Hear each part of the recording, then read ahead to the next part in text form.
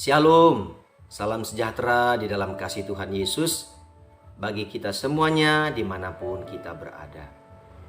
Hari ini saya mau berbagi renungan firman Tuhan dengan judul Berdoa dengan Sukacita. Ayat pembacaan terambil dari Filipi 1 ayat 4, demikianlah firman Tuhan. Dan setiap kali aku berdoa untuk kamu semua, aku selalu berdoa dengan sukacita. Puji Tuhan. Saudara, surat Filipi ditulis oleh Rasul Paulus. Dan saat dia menulis surat ini, dia sedang di dalam penjara.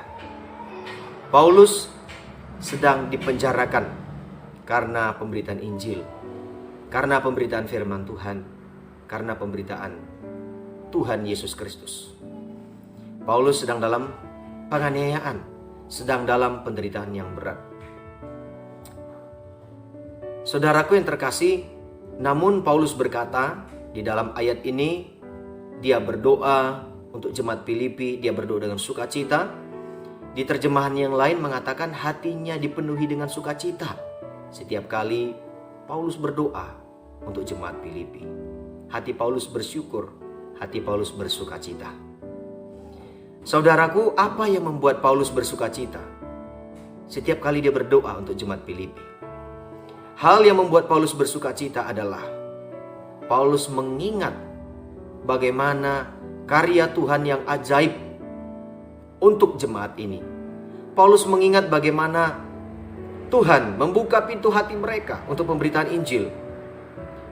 Tuhan menggarap mereka, saudara. Tuhan mengerjakan jemaat Filipi sehingga mereka bukan hanya menerima pemberitaan Injil dan diselamatkan, tapi mereka support pekerjaan Tuhan. Mereka support pemberitaan Injil. Mereka support Paulus di dalam pelayanannya. Hal inilah yang membuat Paulus bersukacita setiap kali Paulus ingat jemaat ini di dalam doa-doanya.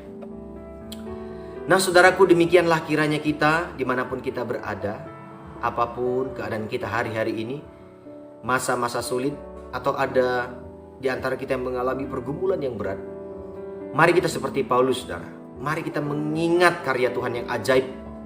Mari kita mengingat pertolongan Tuhan.